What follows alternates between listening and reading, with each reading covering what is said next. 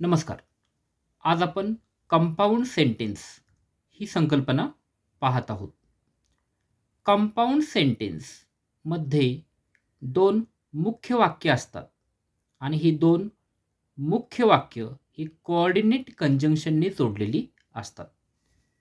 Coordinate conjunction खालीलप्रमाणे आहेत: for, and, nor, but, yet, or, not only but also, as well as, neither nor, either or, so. ही जी 11 coordinate conjunction आहेत, हे म्हणजेच जोड शब्द, यापासून कंपाऊंड सेंटेन्सची वाक्य ही बनतात.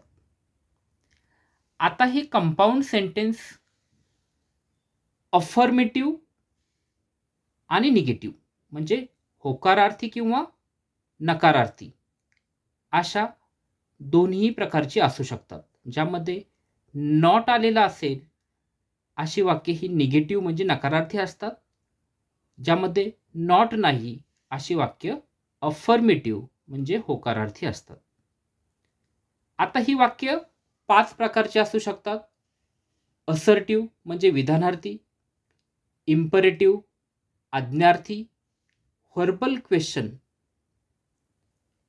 एक्सक्लेमेटरी सेंटेन्स म्हणजे उद्गारवाचक वाक्य आणि WH टाईप क्वेश्चन अशा 5 पैकी कोणत्या तरी एका प्रकाराची असू शकतात. या ठिकाणी आपण उदाहरण घेतलेलं आहे असर्टिव्ह सेंटेन्स म्हणजे विधानार्थी वाक्याचं उदाहरण आहे. Tanmay speaks German and Japanese. या ठिकाणी तन्मय स्पीक्स जर्मन आणि तन्मय स्पीक्स जॅपनीज ही दोन्ही वाक्य अँड ह्या कंजंक्शननी जोडलेली आहेत. ही दोन्ही वाक्य अँडने जोडल्यामुळे हे आहे कंपाऊंड सेंटेन्स. यामध्ये दुसरं सेंटेन्स आहे Tanmay speaks not only German but also Japanese. यामध्ये नॉट आलेला आहे तरीही हे निगेटिव्ह सेंटेन्स नाही आहे, कारण यामधून अफर्मेटिव्ह म्हणजे होकारार्थी सेन्स आपल्याला येत आहे. म्हणजे हे असर्टिव्हमधलं अफर्मेटिव्ह म्हणजे विधानार्थी वाक्यातील होकारार्थी वाक्य हे आहे. आणि हा पण कंपाऊंड सेंटेन्सच्या प्रकारातील मोडतो, कारण या ठिकाणी नॉट ओनली बट ऑल्सो हे कोऑर्डिनेट कंजंक्शन आलेलं आहे. तिसऱ्या वाक्यामध्ये तन्मय स्पीक्स जर्मन ॲज वेल ॲज जॅपनीज. या ठिकाणी ॲज वेल ॲज हे कोऑर्डिनेट कंजंक्शन वापरलेलं आहे.